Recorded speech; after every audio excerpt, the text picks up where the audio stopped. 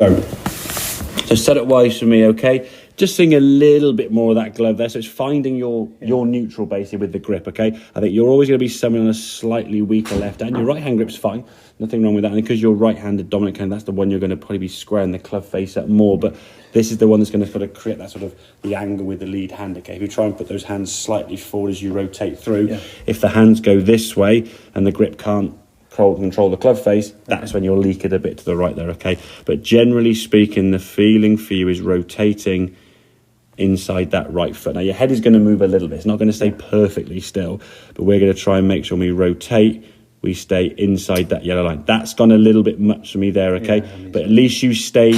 I've seen some before where you go a bit too far, okay? In an ideal world, you'd be there somewhere, yeah? But you kind of move, you have to move back there, okay? And having too much movement with the head there is going to cause a bit of a problem there. In this case, you got back to a reasonable spot behind the golf ball. This was actually a reasonable shot, but as I say, it's a bit on and off, hit and miss. It's not always going to be as consistent. Looking down the line, though, is about that turn of the right side, though. So turning the right hip and shoulder out of the way. Top of the backswing now in a good spot. As we start coming down, for me, is that vision of where that right form and the club shaft are. As we get to about here, we're getting in a pretty good spot there, you see now. So that club is coming in from a shallower angle. The club is coming more from that inside path, as we can see here now. As you're coming at the golf ball now, we can release and then go through. Good strike and turn to the golf ball. Getting that ball starting down that left-hand side. And for you, just seeing that little bit of a drifty fade. But it's not a fade by you coming over the top, smothering it. In fact, it's not a smother, but you know that. I do. With a sort of 7, 8, 9, and you're able to be a bit steeper, sort of. And that's why I think you like the lower trajectory shot, because it kind of fits your kind of characteristics of being a little bit steeper, and you can knock it in low. The problem is, and it's a bit in some ways like the likes of a Lachabal, like Stenson, a lot of these guys who are really good iron players who trap it really well, you give them a driver, they're not that great relative to how good a golfer they are, you see. So I think if we can get that sensation, the right side is staying back. I was brought up on links golf. And that exactly, and that's what you often find. You learn your own, you evolve your golf game around. You're keeping the ball low, trapping it. Exactly, And that's something that you, I think, instinctively. That much, to be honest. Yeah, well, exactly. Yeah. And I think that for you, you won't. I mean, you hit the ball long enough. You don't need to hit the driver. As you said, there are some holes out there where you might want to use a driver. The fifth being a good example, where if the conditions are right and you're swinging well, it's an advantage for you because you can get on a par 5 and 2. Yeah. But if it's not working well enough and you're reloading, it's no benefit to anyone, is it? So you've got to pick and choose your poison there when you're going to take this club. Is it worth maybe on 6 trying to knock it down on the green somewhere, or get it in a position on another hole where you can get your next shot closer because you're nearer, or whatever it may be. But yeah, certainly in terms of the takeaway, you've got to feel, I say, in terms of practice, this hip and shoulder now basically getting behind you a bit more. Again, the feeling of sort of staying inside that kind of phone booth or staying inside your right foot is going to be the key.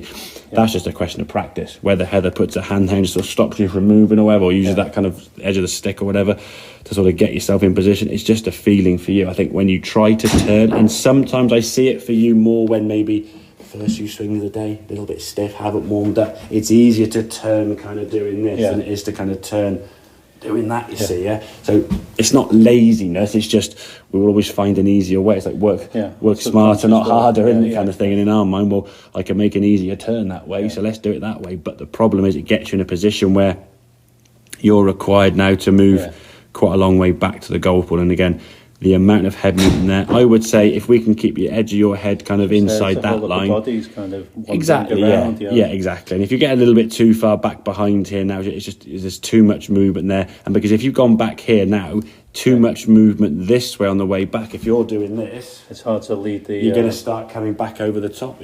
What we want to try and do is kind of lead with that lower half, but you can't lead with the lower half if you've got to lead with the hands. If your exactly, because your top half is just basically shoving over the top to try and square the club face up. So so get that club working behind the body nicely. As you come back to the golf ball now, we're getting that club much more down sort of through that right forearm here now. So the angle you're swinging on is better. It's still a little bit steeper, but certainly it's shallowering out as the way it comes down.